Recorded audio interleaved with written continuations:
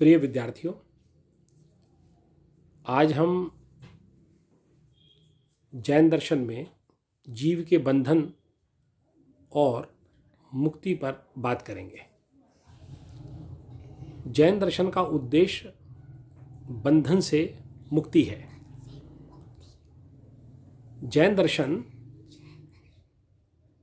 जीव को चेतन द्रव्य मानता है। जैन दर्शन मानता है कि जीव स्वभावतः अनंत चतुष्टय संपन्न है। उसमें अनंत दर्शन, अनंत ज्ञान, अनंत वीर्य और अनंत सुख है। किंतु शरीर धारण करने के पश्चात जीव के ये स्वाभाविक गुण अभिभूत हो जाते हैं।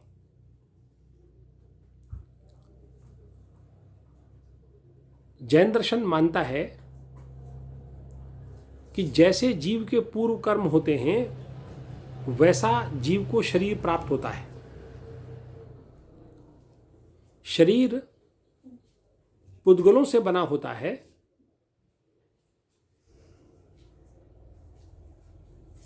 और वासनाएं जीव के पूर्व कर्मों, वचनों और विचारों के अनुरूप होती हैं कि जैसे जीव के पूर्व कर्म, विचार और वचन होते हैं उसी के अनुरूप वासनाएं होती हैं। तो ये वासनाएं अपने अनुरूप ही पुद्गलों को अपनी ओर आकर्षित करती हैं। इस अर्थ में यह कहा जाता है जैन दर्शन के अनुसार कि जैसे जीव के कर्म होते हैं वैसा ही उसको शरीर प्राप्त होता है। जैन दर्शन में कई प्रकार के कर्म बताए गए हैं। कुछ कर्म गोत्र को निश्चित करते हैं, कुछ कर्म आयु को निश्चित करते हैं, कुछ जीव के विश्वास को नष्ट करने वाले हैं, कुछ जीव के ज्ञान को नष्ट करने वाले हैं, आदि आदि। जीव की ओर इन कर्मों का प्रवाह ही आश्रव कहलाता है। और जीव की ओर इन कर्मों का जो प्रवाह है, जो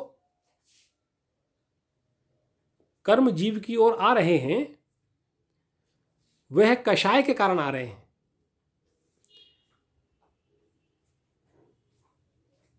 कषाय 4 प्रकार के बताए गए हैं: क्रोध, लोभ, मान और माया। तो इन वासनाओं के कारण जो कषाय उत्पन्न होते हैं, ये कषाय पुद्गलों को अपनी ओर आकर्षित करते हैं। जैन दर्शन में कर्म को भी पौद्गलिक बताया गया है।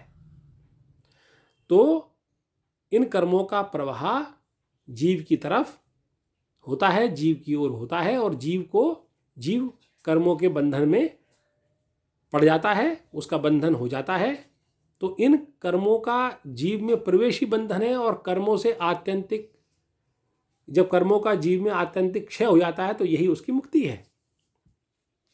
तो जैन दर्शन कर्मों का जो प्रवाह जीव की ओर होता है उसको बोलता है आश्रम। और जब कर्म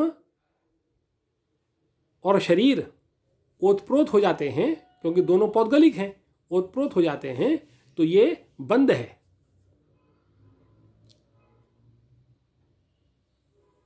तो वो कहते हैं कि जब तक इन कर्मों का क्षय नहीं होगा, अर्थात आश्रव बंध नहीं होगा और प्रविष्ट जो कर्म है उनका क्षय नहीं होगा, तब तक बंधन से मुक्ति नहीं मिलेगी। तो नवीन कर्मों का प्रवाह जब रुक जाता है उसको बोलते हैं संवर। उस प्रवाह को रोकना कहलाता है संवर।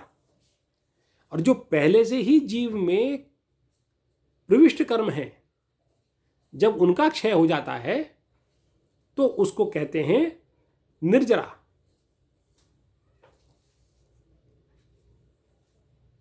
तो जब निर्जरा संपन्न हो जाती है तो कर्मों का आत्यंतिक क्षय हो जाता है। तो जैन दर्शन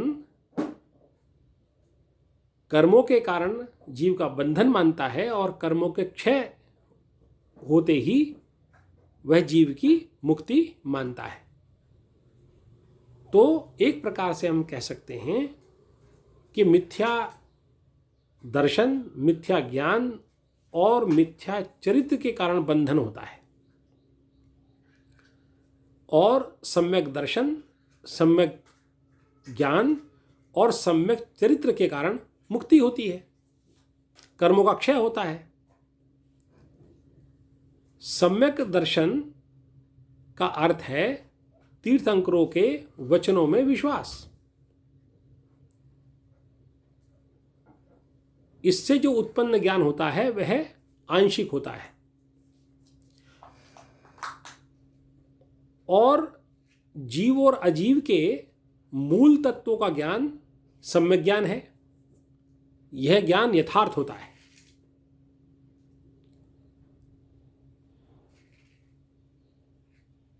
अहित कर्मों को न करना और हित कर्मों को करना, यह जो आचरण है यह सम्यक चरित्र कहलाता है।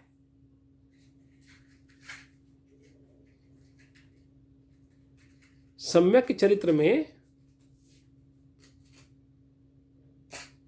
5 आचरण हैं: अहिंसा, सत्य, अस्तेय, ब्रह्मचर्य और अपरिग्रह। तो जैन दर्शन कहता है कि सम्यक ज्ञान, सम्यक दर्शन, सम्यक चरित्र, इनके पालन करने से कर्मों का आत्यंतिक क्षय होता है। इनको त्रिरत्न भी बोलते हैं।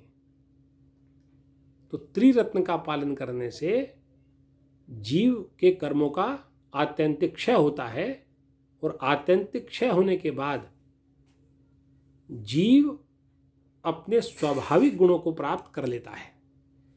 क्योंकि जीव अनंत चतुष्टय संपन्न है और कर्मों के कारण वो बंधन में आता है।